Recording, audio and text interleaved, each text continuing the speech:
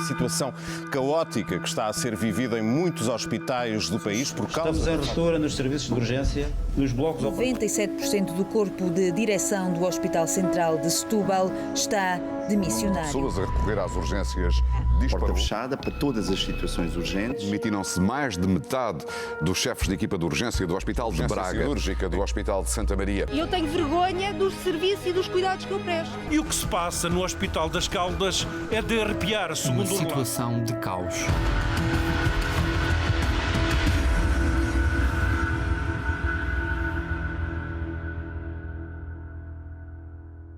Terminado este momento, vamos agora dar início à primeira conferência intitulada A Saúde dos Serviços de Saúde, Passado, Presente, que Futuro? Para moderar esta mesa, chamamos Joaquim Franco, jornalista da TVI, CNN, para esta mesa. Como conferencistas, temos Dr. Alexandre Lourenço, presidente da Associação Portuguesa de Administradores Hospitalares, enfermeiro Walter Amorim, enfermeiro presidente do Conselho Jurisdicional da Secção Regional do Centro,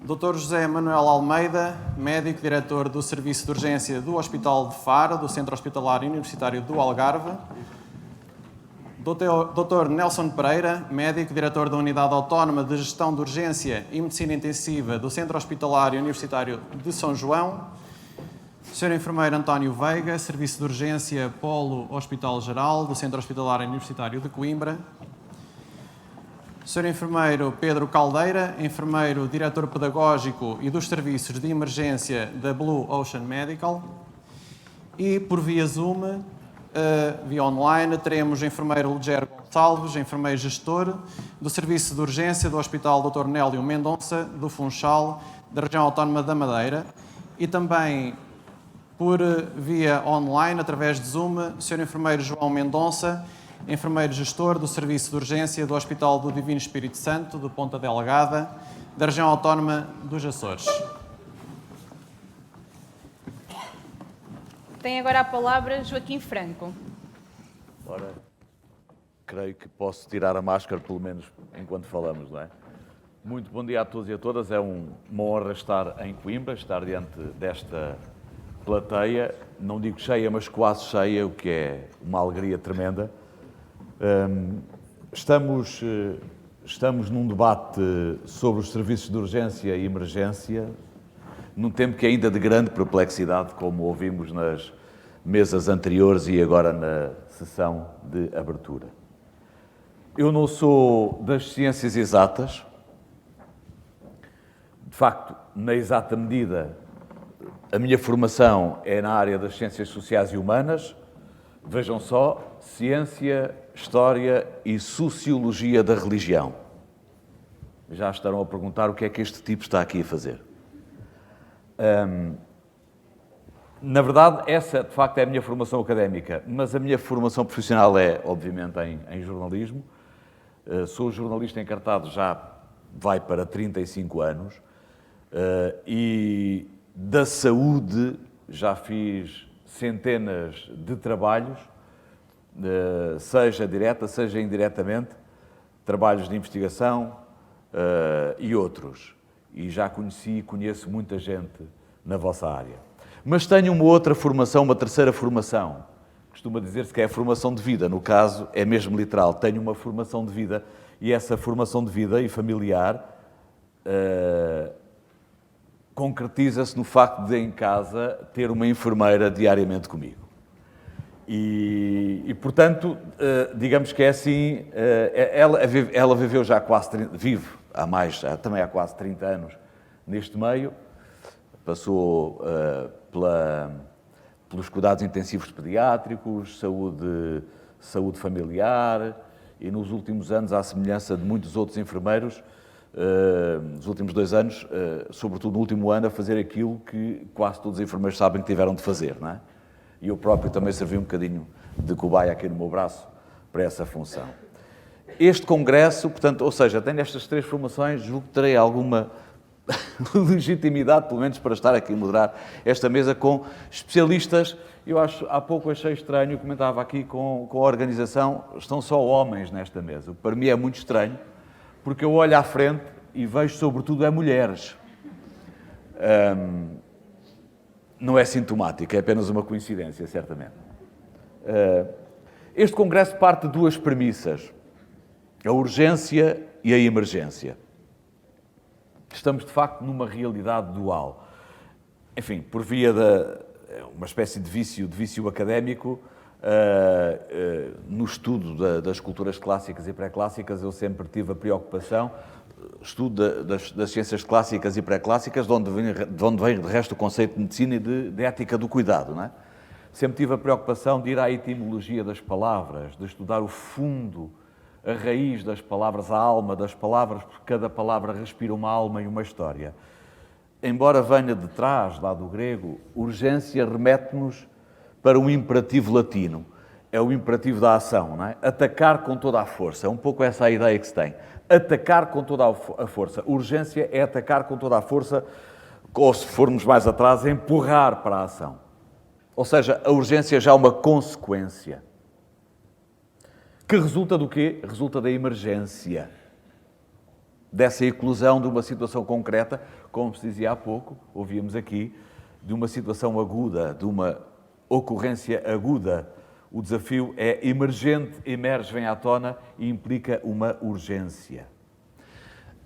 Tive o privilégio de assistir aos últimos minutos da primeira mesa, antes da sessão de abertura, com os enfermeiros e as enfermeiras, creio que não falha nenhum, Celínia, Filipe, Salete e Jacinto, usaram a metáfora da higienização das mãos, que é um ato de urgência. Pergunto se não temos agora de passar à outra fase mais difícil, consequente, a partir de uma emergência. Higienizamos as mãos, aprendemos a regra da higienização das mãos, se calhar falta agora higienizar a vida, as relações e os procedimentos. Essa é, se calhar, a tarefa mais complexa agora. Terá sido, então, a pandemia também uma oportunidade? Eu gosto de olhar para trás apenas 2 anos, se me perdoam, e rever o tempo passado nestes 2 anos. Bastou um vírus e parece que é um não-vida, bastou um vírus e parece que é um não-vida, para nos colocar a todos no mesmo patamar, não é? Mas quando se escrever a história desta pandemia, lá teremos como primeira consequência, ou primeiro ato coletivo, escrito no primeiro capítulo dessa história, uma corrida ao papel higiênico. Parece que a gravidade da situação implica uma corrida ao papel higiênico. Vale a pena recordarmos os momentos que vivemos para percebermos até que ponto nós não carecemos de uma higienização de mentalidades para depois percebermos o verdadeiro efeito da higienização das mãos. Não vale a pena esconder a máscara ou as máscaras. Este é ainda um tempo de desafios e de sacrifícios para os doentes e, obviamente, para os profissionais de saúde. Estes últimos anos reforçaram a importância de todos os profissionais da área, os enfermeiros, os médicos, os técnicos das várias áreas de intervenção clínica e humana, por aí fora, todos e todas, até as auxiliares e os auxiliares que garantem, lá está, a higienização. Todos, no mesmo patamar, foram importantes. De repente, no ápice, de um dia para o outro, na área da saúde, os profissionais, todos os profissionais, se revelaram imprescindíveis e, vejam só, insubstituíveis. Passado este tempo, aprendemos alguma coisa? Tiramos algumas lições? É importante então fazermos o desligamento e voltarmos à razão para lá da emoção das coisas, não é? Sem prejuízo de continuarmos a responder ou de continuarem a responder à urgência e ao apelo de uma consciência coletiva de emergência que leva à urgência, há que agora aplicar a chancela da razão para melhor organizar. Já houve tempo para repensar, já houve tempo para rever, já houve até tempo para reaver, mas agora é tempo de recompor, de reequacionar, de agir diferente na organização de recursos, na perspectiva da eficácia, obviamente, como se dizia na primeira mesa, com o doente como foco, mas com os profissionais sempre como elemento fulcral. Com esta experiência adquirida, esperava-se que dizer emergente, urgente, seja, ou fosse, apenas uma referência ao estado do doente. Mas é assim? Bom, o tema de abertura exige que façamos uma certa quadratura do círculo. É demasiado abrangente, pode dispersar-nos. Mas é também suficientemente importante para exigir o foco de cada um dos intervenientes. É isso que eu vos peço, é o foco. A saúde dos serviços de urgência, passado e presente. Que futuro? Permitam-me, sem ser clínico, um rápido quadro clínico. Falamos da pressão dos serviços de urgência, da elevada adesão de doentes, dos tempos de espera prolongados, da eficácia ou não, da solução ou não da saúde 24, do excesso dos doentes referenciados nos centros de saúde para as urgências, da falta de vagas, das corporações de bombeiros e de outras organizações, já ouvimos aqui também falar sobre isso, que não têm capacidade de resposta de transporte de doentes, por exemplo, nos períodos noturnos, isso é uma situação complexa para as urgências, bem como as ERPs e as unidades de cuidados continuados, que não têm também capacidade de resposta, porque não estão sequer organizadas para isso, para acolher durante a noite, problemas de sobrelotação de serviços, enfim, falta de enfermeiros, falta de médicos, o tema das exclusividades profissionais, o papel das ordens. Há aqui uma série de problemas ou de questões que estão incluídos nesta mesa, portanto, são temas muito vastos. Eu peço a cada um dos nossos intervenientes é que, a partir da sua própria experiência, e alguns conheço-os de cara, porque nestes últimos 2 anos apareceram muitas vezes na televisão por razões desgraçadamente óbvias, peço que tenham esse foco. E uma vez que o tempo apertou, peço 7 minutinhos para uma primeira intervenção, e eu julgo que se essa primeira intervenção tiver o foco, teremos a essência e o essencial desta mesa a partir do tema que é proposto. Primeira intervenção, solicito ao médico Nelson Pereira, é o diretor da Unidade de Gestão de Urgência e Medicina Intensiva do Centro Hospitalar Universitário de São João. Bem-vindo e obrigado pela sua presença.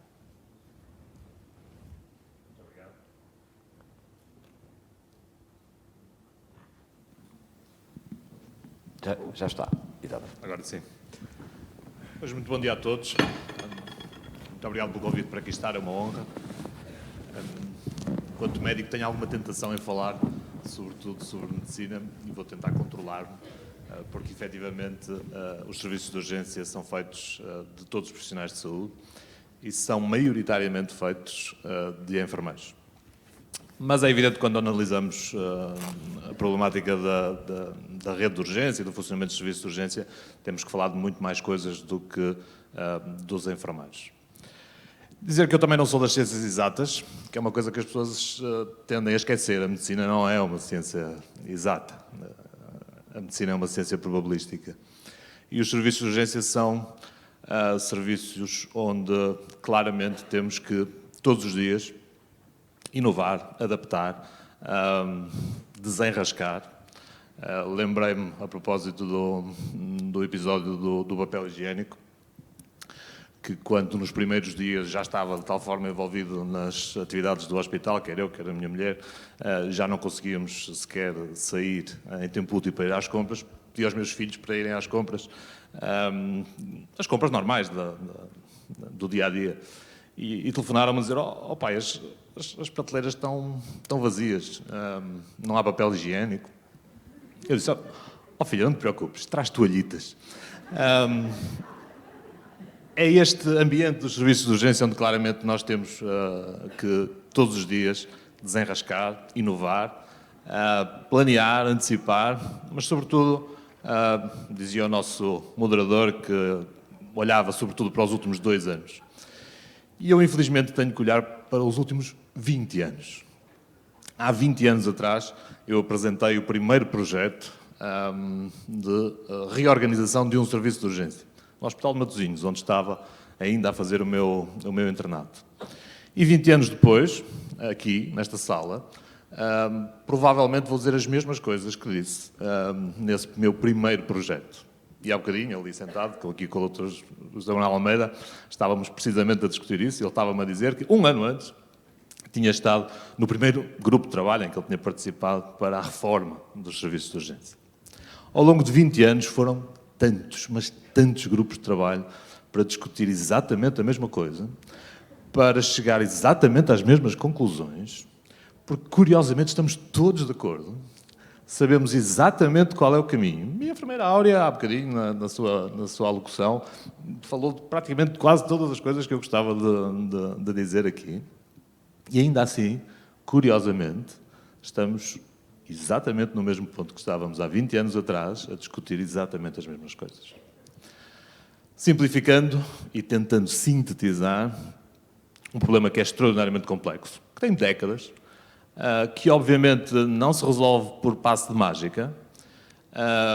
É verdade, como diz a Sra. Ministra, que não há nenhuma medida isolada que resolva o problema, mas só se resolve o problema definindo uma estratégia, um plano e um planeamento da execução desse plano. E qual é esse problema? Vou tentar sintetizá-lo muito rapidamente. Nós temos um excesso de procura, estamos todos de acordo. Somos o país da OCDE com mais episódios de urgência por milhão de habitantes. Em 2019 foram 6.450.000. Mais de metade da população portuguesa foi a um serviço de urgência. Temos um excesso de procura. Porquê é que temos um excesso de procura?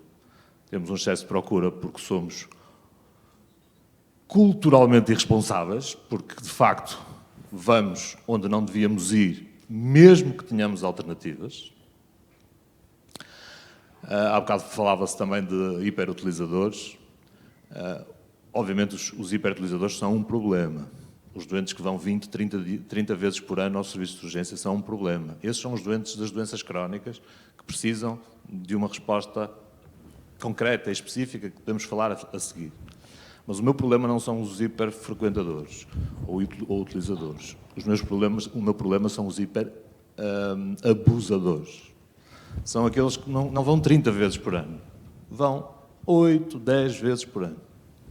E nós abrimos os processos manualmente, um a um, e foi lá em janeiro porque estava com um bocadinho de tosse, foi lá em fevereiro porque doía o tornozelo, foi lá em março porque tinha uma mancha no cotovelo, foi por aí fora. Estes são os abusadores. Temos um problema cultural, temos um problema de literacia, não há dúvida nenhuma, de literacia por nossa culpa, por falta de comunicação com as pessoas, para que, de facto, haja educação para a saúde e educação sobre como utilizar os sistemas de saúde.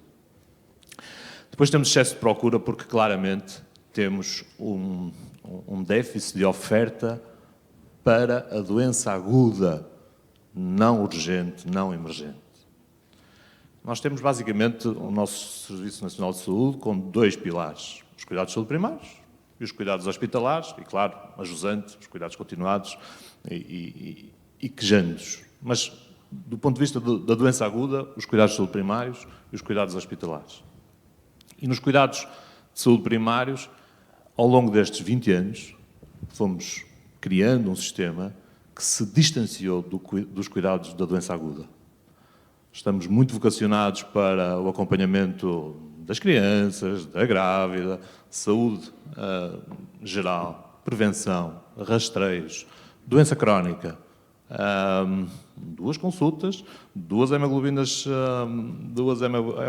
A1C, 2 avaliações da pressão arterial e consultas marcadas de hoje até ao fim do ano para garantir que isso é feito.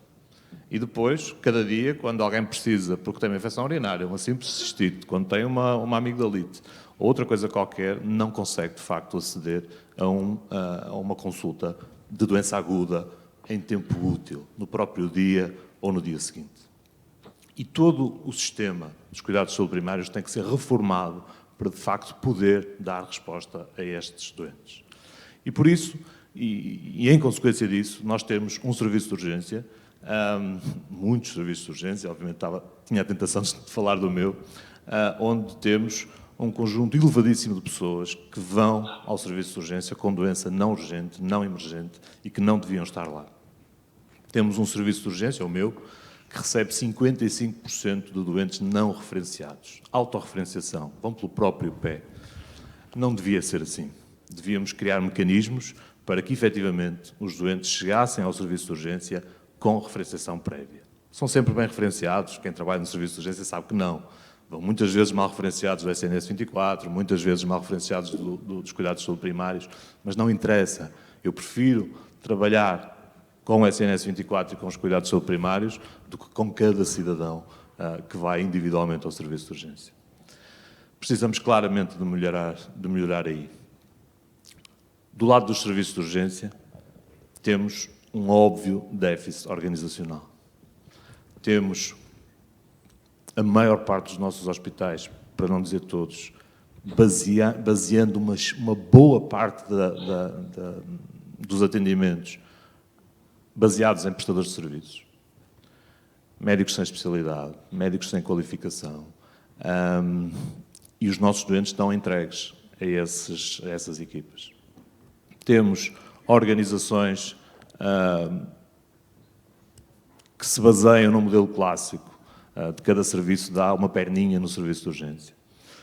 Não demos o passo absolutamente fundamental que quase todo o mundo civilizado deu de criação da especialidade de medicina de urgência. Os exemplos de equipas dedicadas que foram existindo ao longo dos últimos anos no nosso país e de que o Hospital de São João é um orgulhoso representante, deram os seus frutos, tiveram o seu sentido. Tenho que recuar a 2003 para vos falar da gênese deste projeto, com uma equipa dedicada que teve o apoio das autoridades de saúde em Portugal, que na sequência desse projeto se determinou sucessivamente, governos sucessivos de partidos diferentes, que as equipas dedicadas eram o caminho para a reforma dos serviços de urgência e ainda assim nunca foram criadas condições para que elas fossem efetivamente implementadas. No Hospital de São João, sim, à data, em 2003, e depois sucessivamente, com as múltiplas crises que foram sucedendo, foram-se retirando essas condições. E eu já não tenho mais ninguém recrutado antes de 2008. Todos os que eu consegui recrutar a partir de 2008 foram saindo, por falta, de facto, de condições para os manter. E estas condições são, naturalmente, do reconhecimento da penosidade do trabalho em serviço de urgência e, certamente, de condições contratuais que deviam ser diferentes. E toda a gente, mesmo quem não gosta de fazer urgência, mesmo quem não quer ir à urgência, reconhece que isso era uma absoluta necessidade, mas também por incapacidade ou impossibilidade de progredir na sua carreira. Vou-vos dizer, eu tenho 51 anos e não sou assistente graduado, porque eu não me consigo graduar, porque eu sou especialista de medicina interna e eu não consigo passar o exame para assistente graduado como especialista de medicina interna, porque eu nunca fiz medicina interna. Portanto, as mesmas pessoas que dizem o serviço de urgência é para a medicina interna, o serviço de urgência é bom que haja equipas dedicadas, é bom que haja pessoas que se dedicam a esta atividade, e eu estou plenamente de acordo com todas estas afirmações, mas depois são as mesmas pessoas que impedem, e o meu exemplo não tem importância nenhuma enquanto exemplo individual, mas estou aqui a apresentá-lo como representação daquilo que é uma realidade a nível nacional. Há muita gente que gosta de trabalhar nos serviços de urgência, que gostaria de fazer uma carreira, de progredir naturalmente ao longo da sua vida nessa carreira e não o pode fazer. E, portanto, temos aqui uma óbvia disfunção do funcionamento dos serviços de urgência, a que se soma o tal excesso de procura. O caminho é, obviamente, tirar doentes do serviço de urgência, informando as pessoas, formando as pessoas, criando respostas a montante para a doença aguda, melhorando a articulação para os doentes crónicos entre os cuidados de saúde primários e os cuidados hospitalares, os hospitais de dia, as telemonitorizações, as hospitalizações domiciliárias, tudo isso pode tirar doentes do serviço de urgência. A obrigatoriedade da referenciação dos doentes ao serviço de urgência não é amanhã, é num plano de intervenção, num plano que permita que daqui a 5 ou 10 anos estejamos lá. A semana passada, no Congresso da APAT, tive a oportunidade de ouvir o exemplo dinamarquês. Em 2007, decidiram que já não aguentavam mais. A disfunção era tanta que tinham que mudar o sistema. E decidiram. Decidiram e implementaram-no nos anos seguintes. Todos os doentes para ir a um serviço de urgência têm que ser referenciados. Todos os doentes, entre as 8 e as 2 da tarde, podem contactar o seu médico de família no seu centro de saúde. A partir das 2 da tarde, existe um GP on call. E todos podem contactar o seu médico de família ou alguém que esteja de escala para poder... todo o período, das 2 da tarde às 8 da manhã. E só com referenciação ou do médico de família ou do sistema de call center, semelhante ao SNS 24, é que se pode ir a um serviço de urgência. E eu perguntava à minha colega, e como é que essas pessoas lá forem bater à porta ainda assim? As pessoas não vão lá bater à porta. O sistema é assim, as pessoas cumprem. Claro que ela era francesa e trabalha na Dinamarca. E disse-me logo, bom, este é um povo diferente. Se fosse em França, se calhar isto não era bem assim. Mas isto significa que o sistema é possível. Nós devemos ter, mesmo que não o consigamos implementar a 100%, devemos ter um objetivo, devemos ter uma estratégia, devemos ter um plano e devemos ter ações conducentes à concretização dessa estratégia. Sem isso, vamos estar sempre onde estamos hoje, que é amanhã há um problema em Faro, depois de amanhã é um problema no Hospital de São João, fazem-se umas reuniões, resolve-se o problema no momento, contrata-se mais um médico e no dia seguinte é um Chuc e no dia seguinte é em Setúbal e andamos sempre nisto, ao longo de 20 anos. Estou quase a desistir, é verdade. Não é preciso, doutor, não desista. Mas ainda não desisti. Vou pedir é que conclua. Mas ainda não desisti, e quando se fala em desistência é porque estamos a concluir, ainda não desisti e por isso é que ainda hoje aqui estou, quando convidado para estar neste congresso, porque ainda acredito e espero que, obviamente, esta dinâmica que ainda nos vai, aos velhinhos que somos nós, animando, que ainda possa ver à luz do dia uma estratégia que efetivamente reforme os serviços de urgência e nos torne, deste ponto de vista, de um país moderno, com um sistema de saúde moderno, com uma rede de urgência moderna. Muito obrigado. Muito obrigado. Muito obrigado.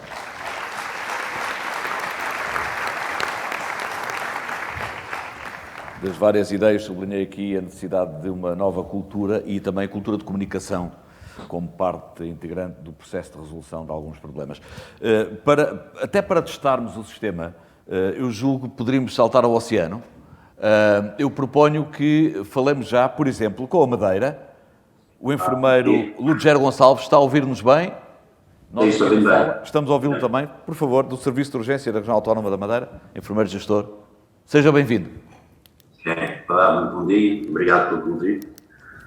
Bom, nós aqui estamos numa ilha rodeada por mar, com 260 mil habitantes, e tem que dar resposta às situações de emergência que a região tem.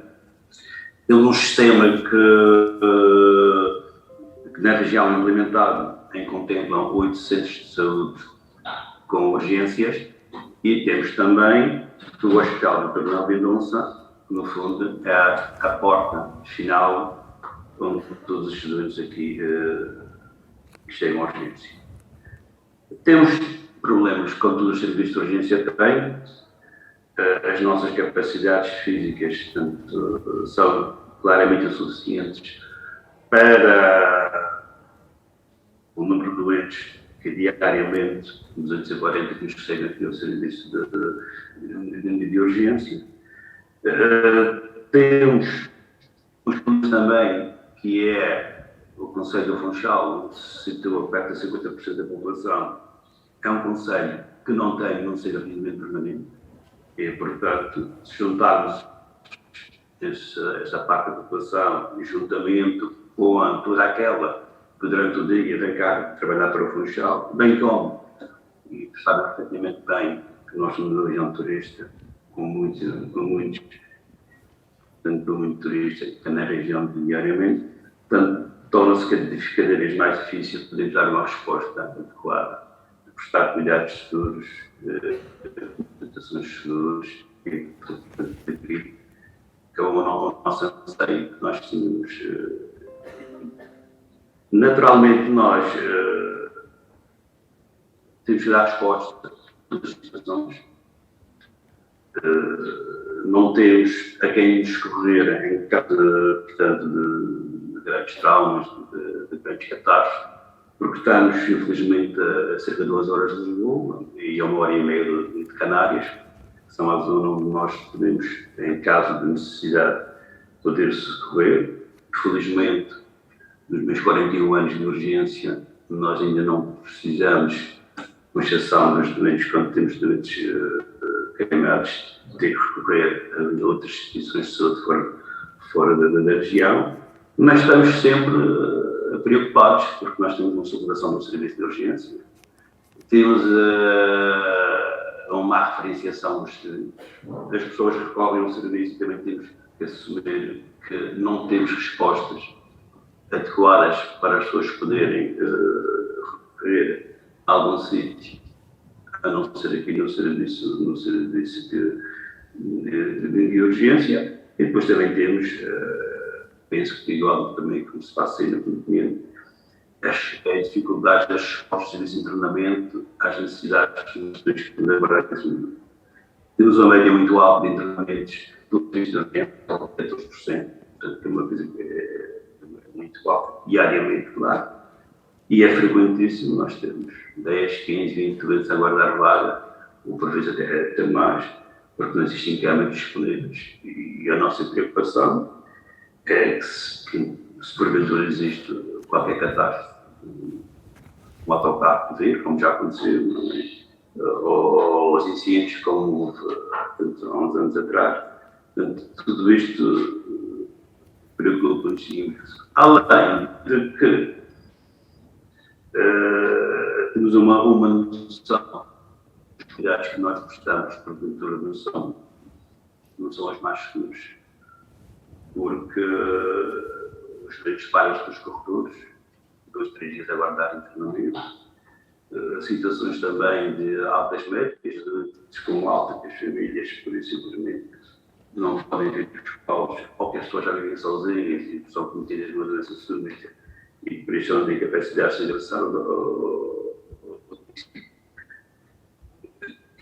também os nossos rácios, agora nós até não nos podemos queixar do nível de enfermeiros que temos à nossa disposição, por exemplo, ou mesmo dos quadros médicos e das ciências operacionais, mas nós não conseguimos responder a esta necessidade de poder responder a doentes que não deviam estar cá no serviço de urgência, estão cá no serviço de urgência. Estamos a projetar um hospital novo, daqui a 5 anos. Temos que fazer obras nesse serviço presentemente para poder responder a estas questões que eu falei. Mas também de antemão, aumentar a estrutura física não é suficiente se não se tiver uma resposta adequada à entrada do hospital e também à saída do serviço, aliás, à entrada do serviço de urgência, à saída do serviço de urgência. Estamos a pensar, estamos a trabalhar de tentar articular todos os centros de saúde com urgência em relação ao serviço de urgência, em que a possibilidade de ser a equipa daqui do Serviço de Urgência Central que vai coordenar a transferência dos doentes para o hospital em caso de necessidade e também dos espaços próprios que estão disponíveis, para ver se, pelo menos, melhoramos essa parte. Há muitos doentes que podem ficar de saúde e virem para o serviço, para ver a melhor articulação. Temos também um problema, já foi falado aí pelo doutor, que tinha relação, portanto, não temos equipas médicas próprias no serviço de urgência. As urgências são asseguradas, não por tarefeiros, mas são asseguradas pela medicina interna, pela cirurgia, por outras especialidades médicas, e que também dificulta um pouco toda uma dinâmica que se quer com a celeridade no atendimento do doente, são as questões de permanência, e tanto que no fundo era o objetivo que nós temos central, portanto, ia pensar no futuro próximo, ter estas equipas dotadas que nos permitem, portanto, ser muito mais céleres, muito mais organizados.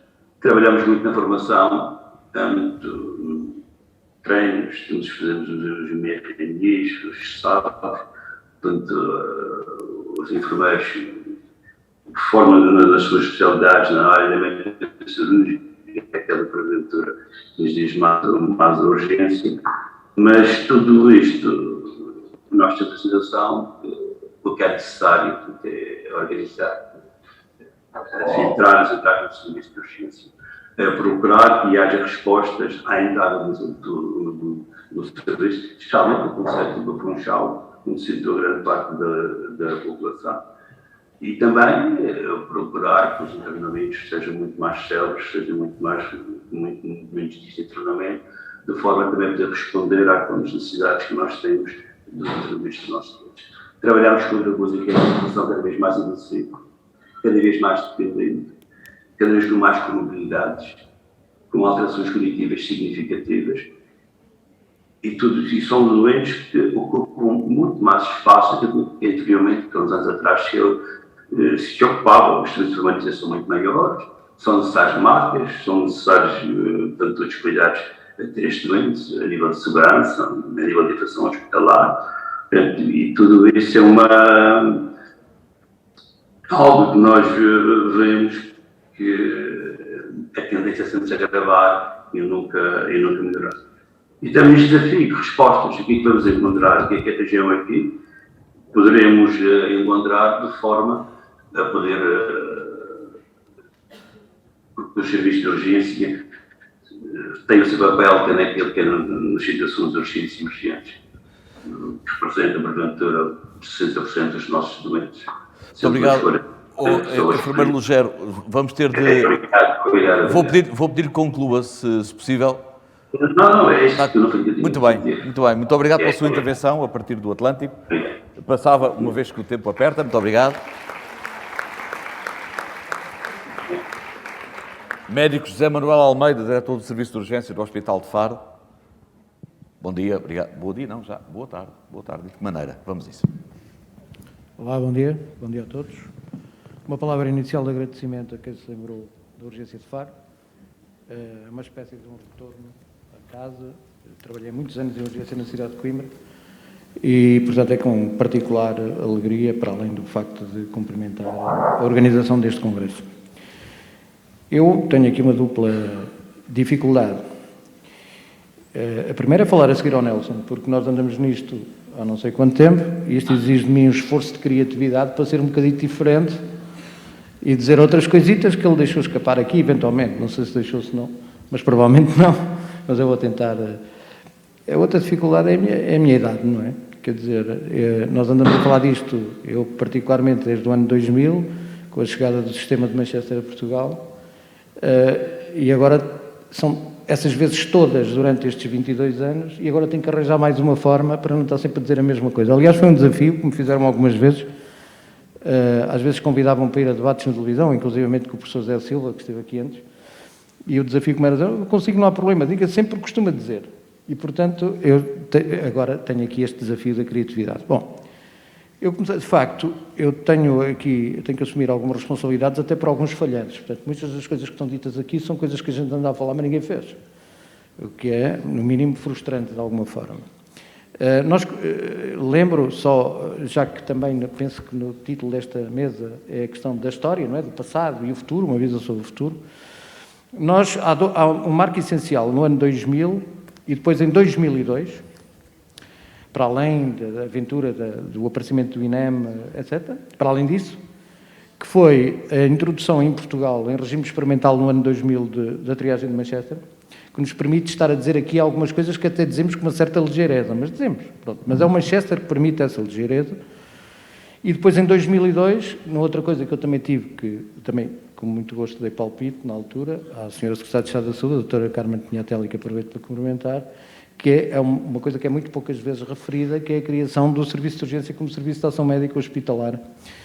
E juntando as duas coisas, nós verificamos que o Manchester e a criação do Serviço de Urgência como Serviço de Ação Médica ajudava a dar passos significativos e, sobretudo, a lançar desafios para o futuro. Porquê? Porque a triagem de Manchester tinha um grande objetivo, que era caracterizar muito rapidamente o que era mais grave no meio daquela amálgama, daquela sobreprocura dos serviços de urgência, mas, por outro lado, a lei definia a missão do serviço de urgência perante essa procura. E o que é que nós pensávamos? Que, caracterizada a procura e definida a missão do serviço, iam ser tomadas iniciativas para aquilo que lá não está, aquilo que lá está e não devia estar, lá deixar de estar. Bom, não aconteceu nada disso, como se vê, estamos todos a dizer a mesma coisa.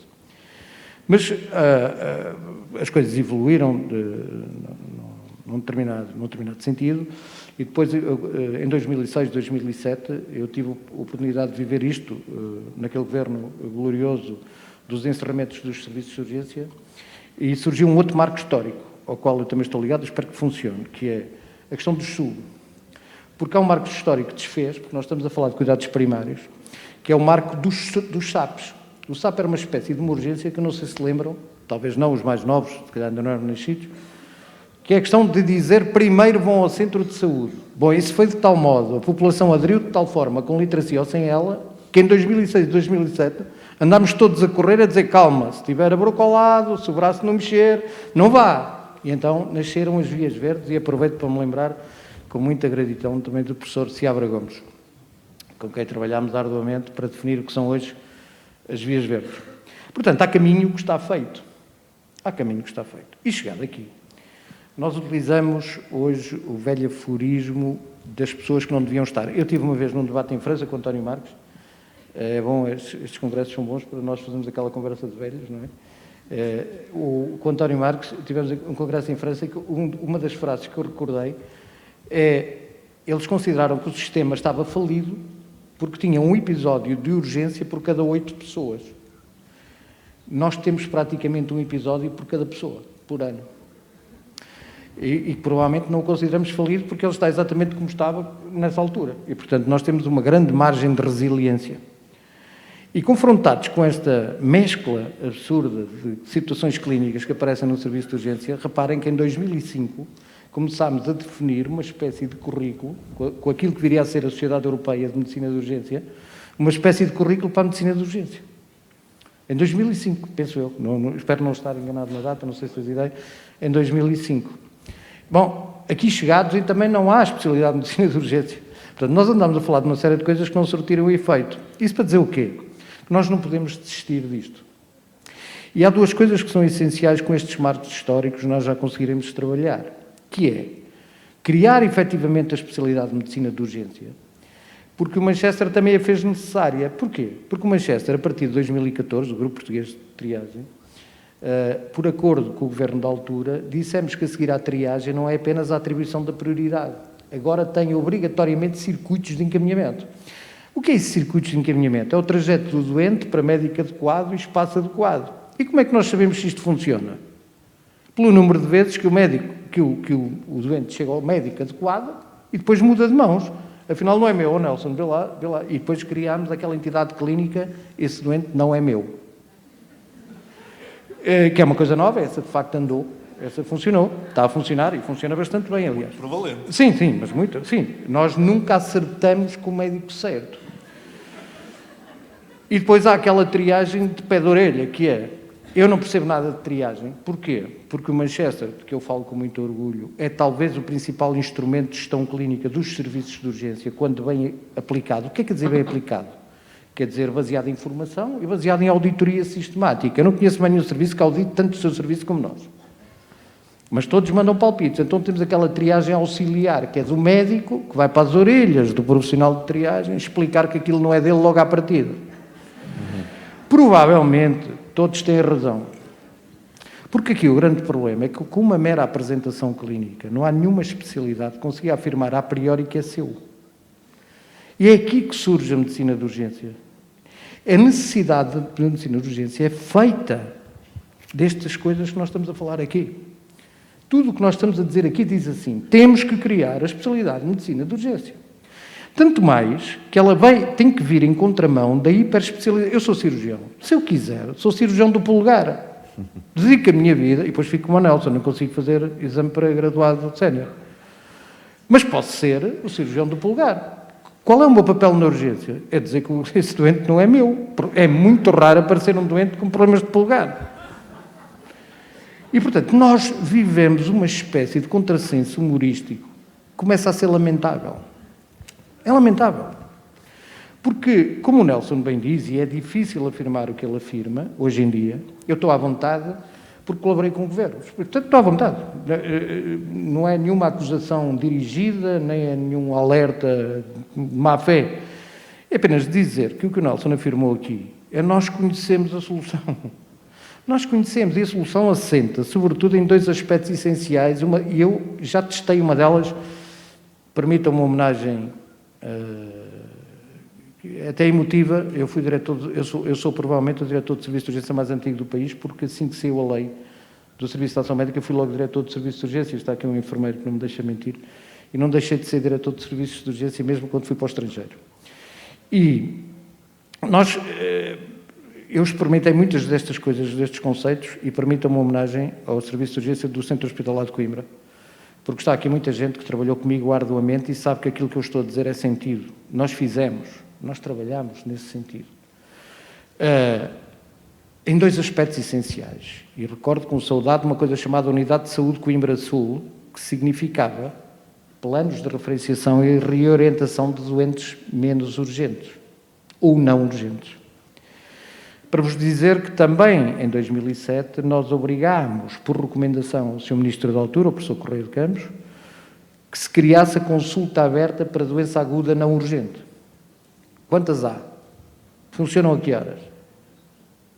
Portanto, há um conjunto de soluções que foram apontadas, que sabe-se lá porquê. Não estão em execução. Eu não sei porquê.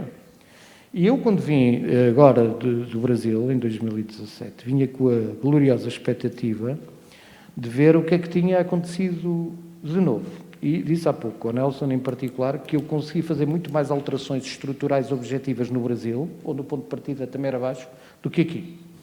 Aqui tudo é uma discussão. Uma pessoa diz bom dia e o interlocutor diz, não sei, estão ali umas nuvens e tal. E eu não queria dizer nada disso, só queria desejar bom dia.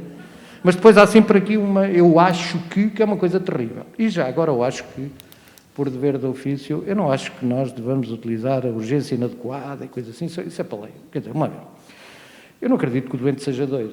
Quer dizer, alguns são, mas independentemente da probabilidade. O que eu estou a dizer é, os doentes vão ao serviço de urgência basicamente por problemas de literacia, é verdade. Mas seguramente porque não têm a resposta noutros sítios. Isto também é inquestionável. E porquê é que não têm? Por um conjunto de variedíssimos erros. Eu vou-vos também dizer, apelando à minha face política, que aliás me afastou de tudo, incluindo de Coimbra, que é dizer o seguinte, nós gastamos 90% do nosso orçamento com cuidados secundários, terciários e quaternários. E depois gastamos 10% com aquilo de que nos estamos aqui a queixar que não temos. E o que é que nós não temos? É que a literacia não é um problema de profissionais de saúde, isso é um grandíssimo equívoco. A literacia é um problema de profissionais de saúde, sociólogos, psicólogos, professores, educadores, jornalistas, etc. E quando nós estamos a falar de literacia, estamos a falar de literacia para os doentes, nós estamos a ser exigentes com os mais fracos, com os mais débeis, começamos por nós. Quantos doentes me chegam referenciados por médico? Para o serviço de urgência? Eu trabalhei em hospitais que têm 10% de brancos, referenciados por médico. Nós precisamos ter um debate sério e encerro esta primeira, não sei se é a minha primeira intervenção, se é a última, mas para depois ter mais criatividade, depois de falar a seguir ao Nelson. Quer dizer, eu acho que há uma coisa que eu posso adivinhar para o futuro, e depois eu tenho aqui estas testemunhas todas, alguns são meus amigos, de facto, do coração. Eu adivinho que depois da aprovação deste orçamento vem mais uma comissão para reformular as urgências. Vamos apostar? Muito obrigado. Muito obrigado.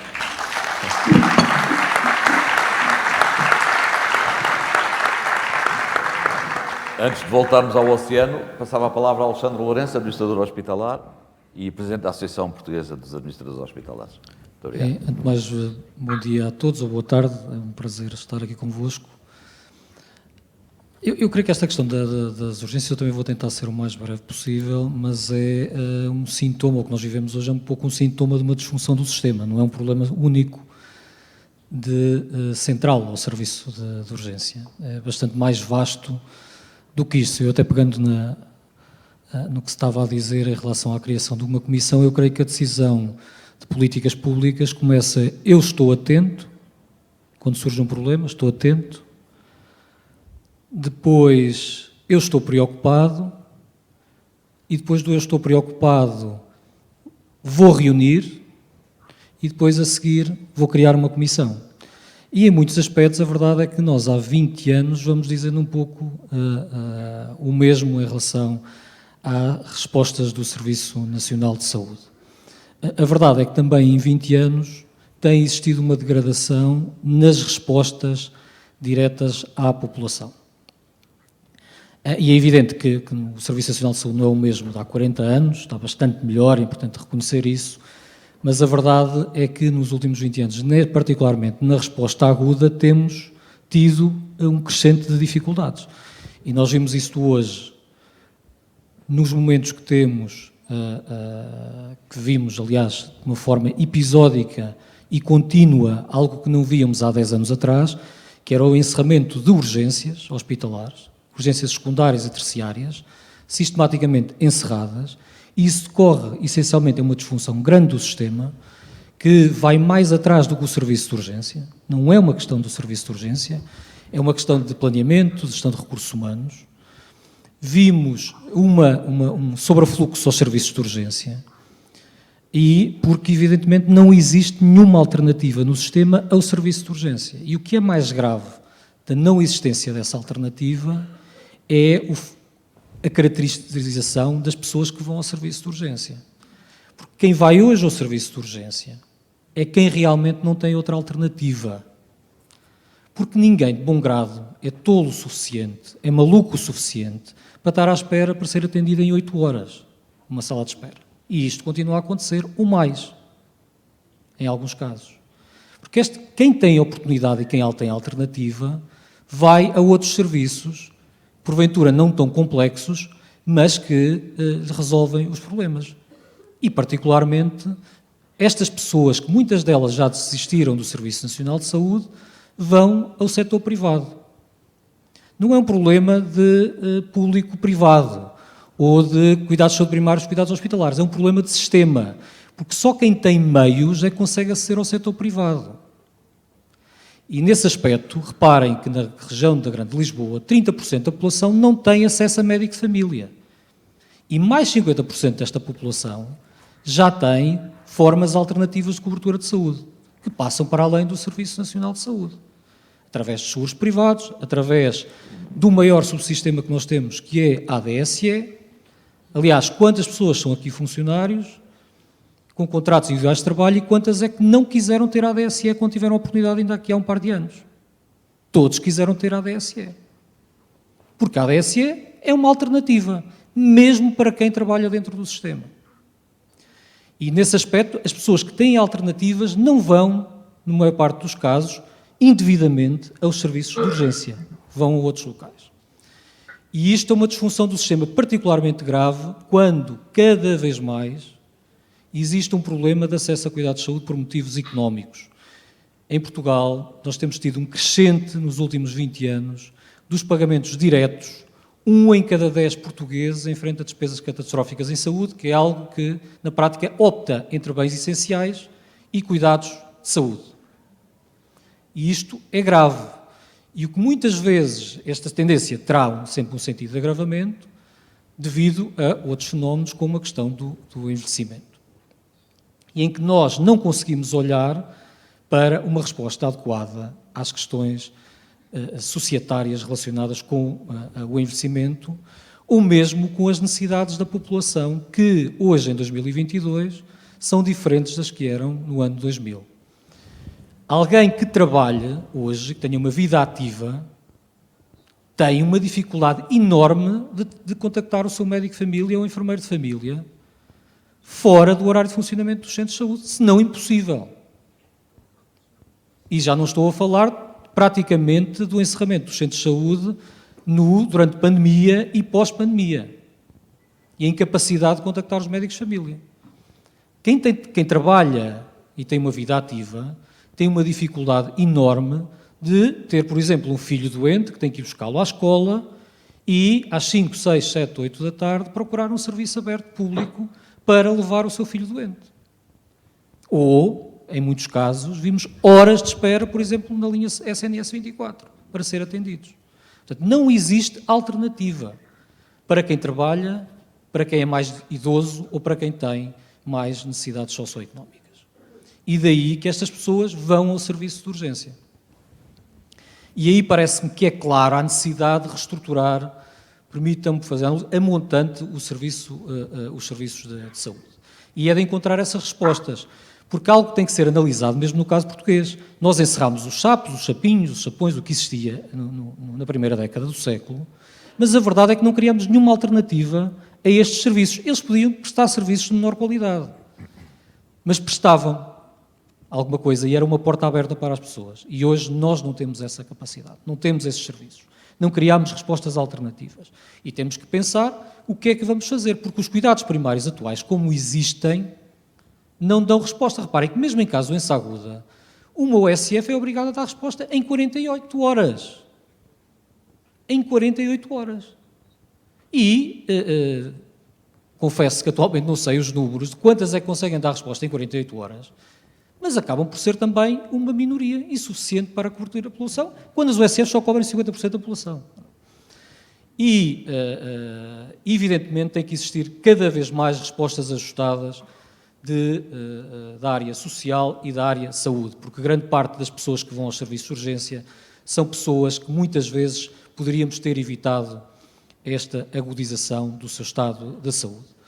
Existem muitas questões para trabalhar, quer na regulação dos lares da terceira idade, que evidentemente têm muito mais responsabilidades que têm hoje em matérias de saúde, quer nas questões das respostas sociais a pessoas que não têm capacidade sequer para aquecer a sua casa, ou que vivem em condições de saúde insustentáveis, para pessoas que não têm dinheiro para comprar os seus medicamentos continuamente e que vão às farmácias fazer opção pelo medicamento A ou pelo medicamento B, sem que exista uma resposta clara do Estado para resolver estes problemas. Estas pessoas vão aos serviços de urgência. Vão.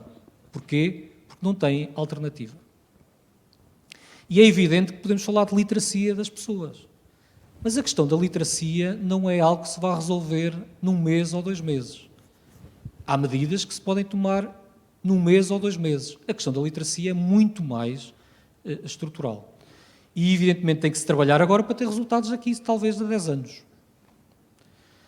Na questão precisa do serviço de urgência, é evidente que o serviço de urgência não pode continuar a ser, essencialmente, um serviço hospitalar de menor qualidade, de menor organização, em que os profissionais fazem sacrifícios para ir prestar cuidados e que vão, muitas vezes, contrariados para prestar cuidados de saúde do serviço de urgência.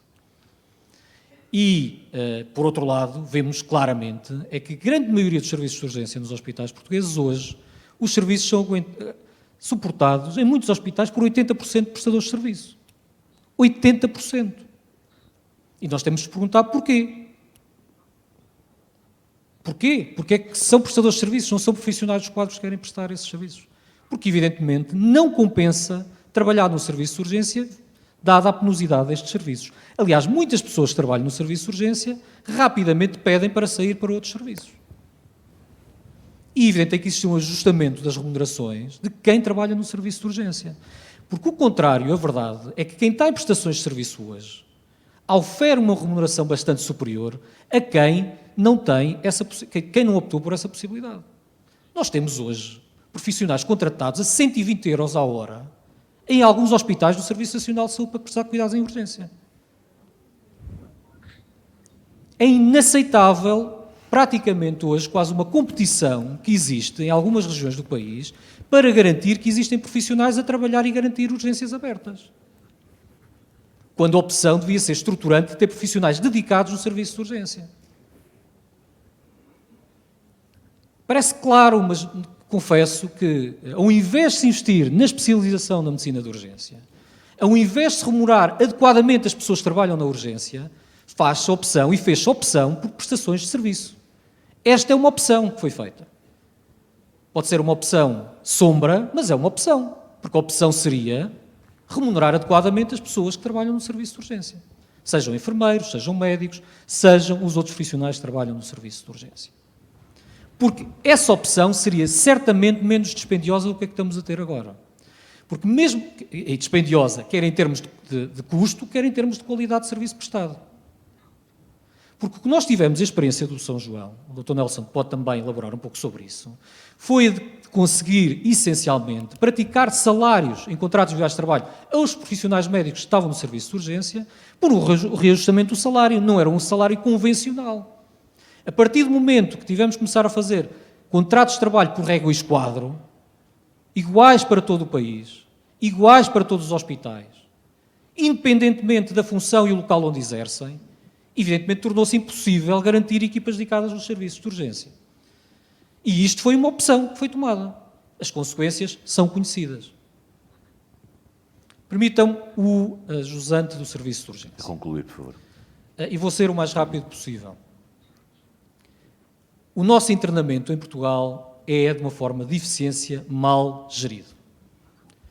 Nós demonstramos ainda, conhecem o barómetro dos internamentos sociais, nós temos cerca, este ano, o último dado que nós publicámos foi de cerca de 6%, 6 a 7% de internamentos de inapropriação, de pessoas a aguardar vaga na rede de cuidados continuados ou por processos burocráticos a aguardar vaga na rede de cuidados continuados integrados, e 50% dos doentes a aguardar respostas essencialmente sociais, maioria em ERPIs.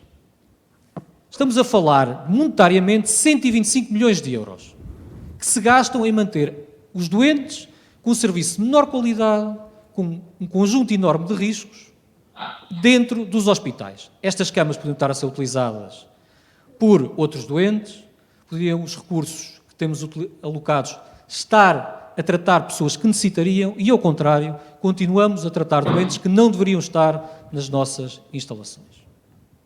Não deveriam estar.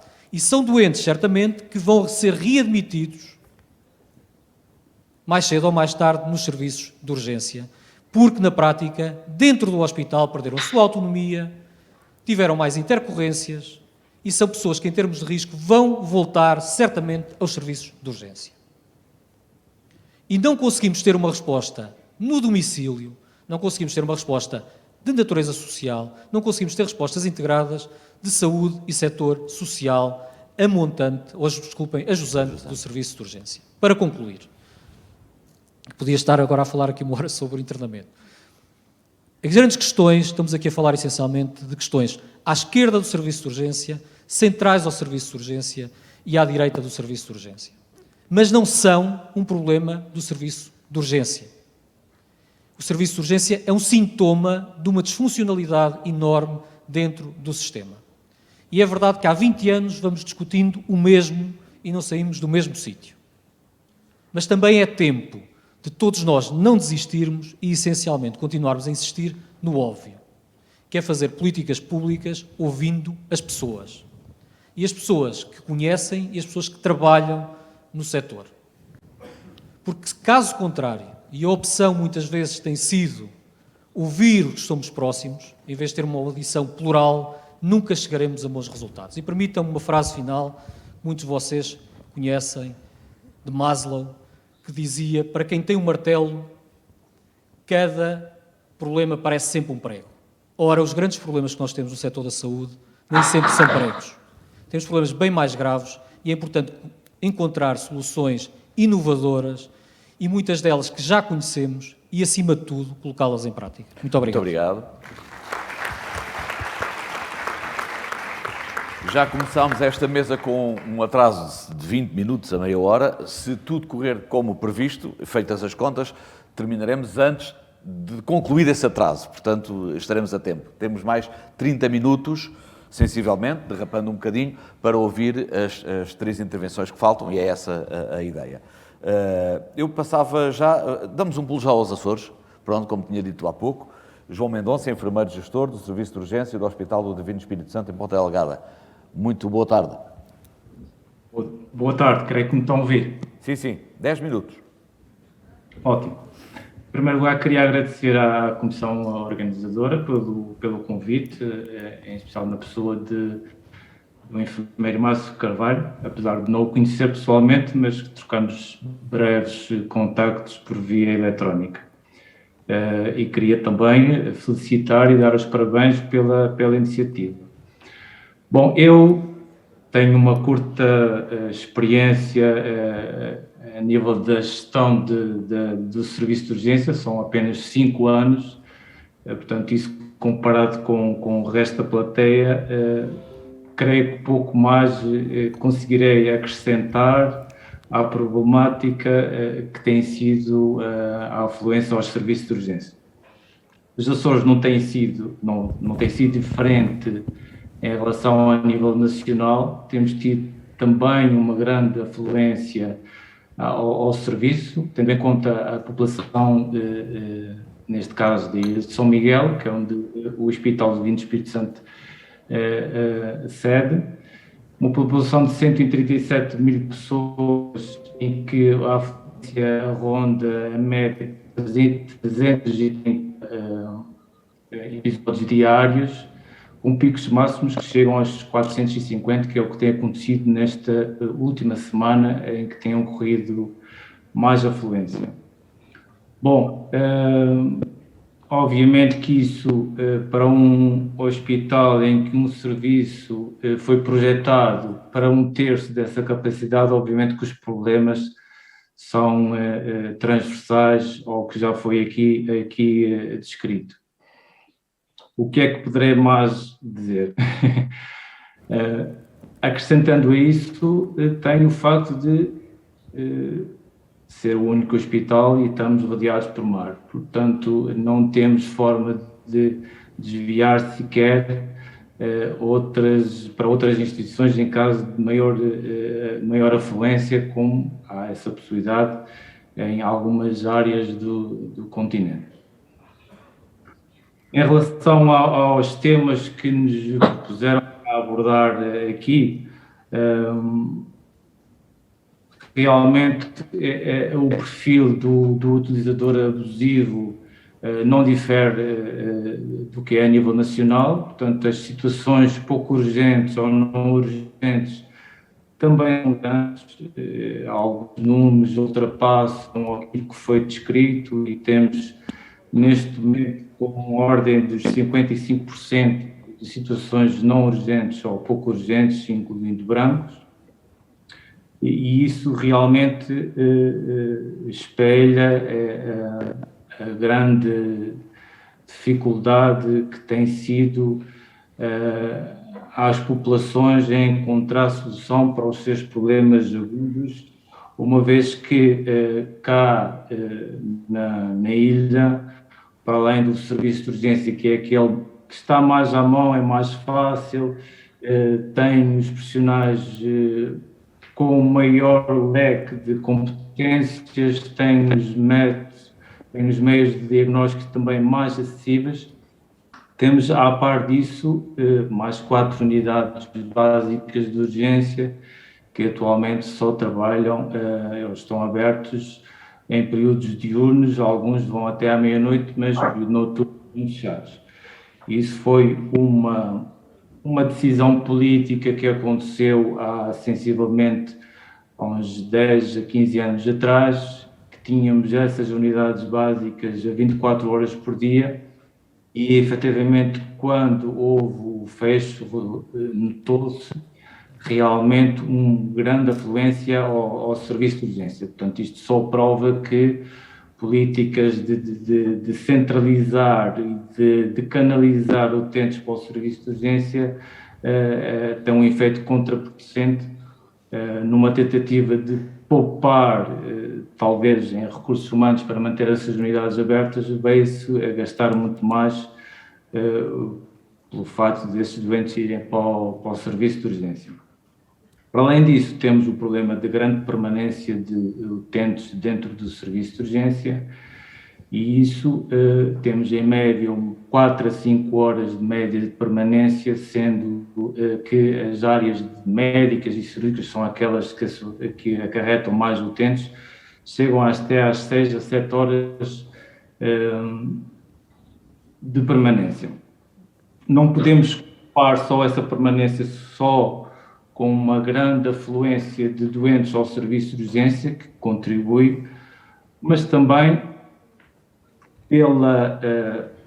pela estrutura do serviço em si, que é pequena, e mais agora com a pandemia que se duplicou as áreas de atendimento, áreas dedicadas à Covid, mas também creio que em termos de organização dos serviços de urgência, também o excesso de meios complementares diagnósticos que são pedidos e que são solicitados a estes doentes.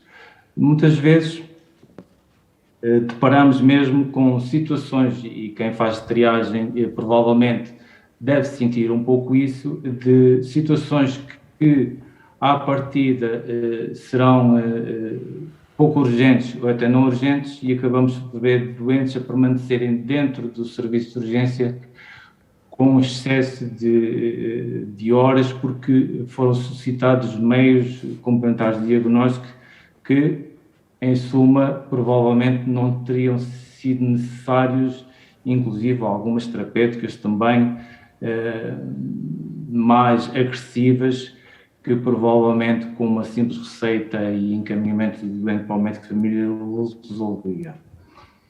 Isso também talvez prende-se um pouco com a necessidade de realmente termos equipas dedicadas ao serviço de urgência e especializadas nesta área. Talvez tivéssemos um melhor encaminhamento destes doentes e que a permanência deles dentro do serviço também reduzisse. Bom, a par disso, todas as soluções para isso já foram ditas.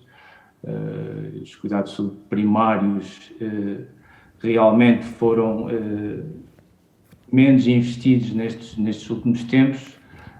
Nós temos, para além das unidades básicas de urgência, temos consultas, serviço complementar de atendimento nos centros de saúde, mas a verdade é que, e relatos dos próprios médicos de família, não têm capacidade sequer de ter disponibilidade para terem essas consultas.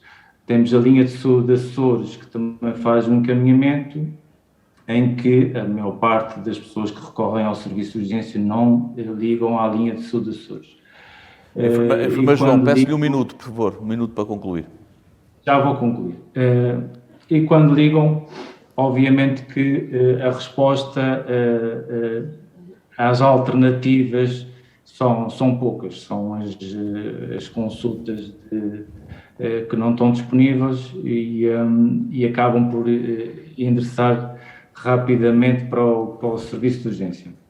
Obviamente que aqui a literacia em saúde por parte da população é importante, e isso só é feita com políticas mais invasivas e solucionáveis em relação a estes problemas. Porque literacia implica conhecimento, implica motivação e implica competência, e as pessoas têm que ter conhecimento onde podem se dirigir, têm que estar motivadas realmente para que possam recorrer a outras soluções. Não basta dizermos que vá primeiro ao seu médico de família, porque quando chegar lá eles dizerem eu não tenho disponibilidade, não tenho consulta para si, obviamente que aí as pessoas desistam e ficam desmotivadas. E competência, realmente as pessoas têm que estar mais competentes na prevenção da sua doença, na prevenção e na solução de problemas ligeiros. Bom, de resto não tenho para mais. Obrigado. Muito obrigado, enfermeiro João, muito obrigado. Pedro Caldeira, enfermeiro, diretor pedagógico dos serviços de emergência da Blue Ocean Medical. Bem, muito boa tarde a todos. Agradecer aos assistentes que ainda se mantêm nesta sala. Obrigado. Um cumprimento especial ao painel e também um agradecimento, obviamente, à comissão organizadora que me convidou para estar aqui. Eu já pouco tenho para dizer, aliás, a grande percepção que eu tenho depois de tudo aquilo que foi feito é que claramente a nossa classe política não está a conseguir bem triar a realidade do nosso problema atual do Serviço Nacional de Saúde, que está claramente doente e inequivocamente em fase crítica. Já foram levantadas várias temáticas e até soluções para a montante, para a verdadeira barragem, que é o serviço de urgência, e também para a jusante. E eu, tendo a tal dificuldade que já foi aqui levantada de inovar, eu vou-me prender um bocadinho mais para a montante, que atualmente é aquilo que me mantenho, que é na área de emergência médica, nomeadamente na questão da viatura médica de emergência e reanimação. Quando nós olhamos para os problemas a montante, portanto, o enorme fluxo de utentes que temos a recorrer ao serviço de urgência, eu vejo este grande fluxo assente em 4 grandes pilares. O primeiro já foi dito várias vezes, a questão da literacia em saúde. É um problema que não se vai resolver agora, é um problema que se vai resolver daqui a gerações, mas que, na realidade, se nós continuarmos a achar que é um problema do futuro e não iniciarmos políticas agora, daqui a 20 anos, o Dr. Nelson Pereira, provavelmente com uma bengala, estará aqui a dizer o mesmo. E, portanto, temos que urgentemente iniciar uma política séria. Eu fiz uma pesquisa Google muito rápida e, na realidade, em todos os indicadores, isto é um estudo da Fundação Gulbenkian, em todos os indicadores de literacia de saúde, Portugal está abaixo da média europeia, o que é claramente algo que nos deve preocupar e que deve ser alvo de uma política séria. Em termos de quarto pilar, já foi aqui claramente debatido, a falência dos cuidados de saúde primários, a ausência da resposta. Eu também não considero que a população é toda maluca, mas, de facto, urge definirmos circuitos para esta população, urge uma campanha de comunicação de como é que a população há de aceder aos cuidados de saúde, porque, efetivamente, a doença torna algum grau de irracionalidade e, portanto, tem que haver algum trabalho muito a priori. O terceiro, a questão das estruturas residenciais para idosos, a questão dos lares. É necessário reformular, porque, efetivamente, quando há alguma necessidade de saúde dos utentes que estão nos lares, é muito simples, é ligar 112 e o problema para o lar fica resolvido, porque rapidamente o utente é encaminhado para um hospital. E, portanto, se formos capazes de dotar as estruturas residenciais de elementos diferenciados, de uma verdadeira avaliação e acompanhamento clínico, de enfermeiros diferenciados para o quadro, se calhar vamos conseguir prestar cuidados melhores e mais, em maior número, precisamente nas estruturas residenciais, tentando estancar a hemorragia que, de facto, que daí vem, que há um problema que tende a agravar, tendo em conta, enfim, à medida que nós vamos ficando mais velhos, é normal que vamos ficando com um maior número de utentes nas estruturas residenciais, portanto, o problema vai claramente se agravar. Por último, o último pilar, e aquele que me queria mais prender, tem, de facto, a ver com o sistema de emergência médica. Em primeiro lugar, eu considero que o modelo português é dos melhores do mundo. Poder-nos permitir que a população portuguesa tenha acesso a médicos e enfermeiros no pré-hospitalar é algo extraordinário que consegue claramente diferenciar os cuidados comparativamente com o resto do mundo. E, portanto, vamos olhar para o resto do sistema, porque haveria muito para dizer sobre isto, mas vou olhar para aquilo que há pouco foi dito pelo nosso moderador, que é a falta de ambulâncias. Eu não considero que haja uma falta de ambulâncias. Eu considero que há uma total ausência de triagem de meios e o problema neste momento está localizado no Centro de Orientação de Doentes Urgentes. E mais uma vez fui ao Google. Eu tenho muito esse apanagem, que quando alguém me levanta um problema eu vou ao Google, um bocadinho como uma população portuguesa. Dói-me a cabeça, Google. Tenho um tumor no cérebro. Então, lá vou eu para a urgência. E quando eu fui ao Google, encontrei o seguinte: por ano há 1.400.000 chamadas para o CODU. 1.400.000 chamadas. Eu vou-vos dizer um número em Inglaterra. Está bem? Em Inglaterra, 40% destas chamadas fazem uma ativação do meio. A França são cerca de 57%. Alguém sabe qual é o número em Portugal? 58? 90? É verdade. 93% a 94% das chamadas para o 112 leva uma ativação de uma ambulância. É marcha de emergência.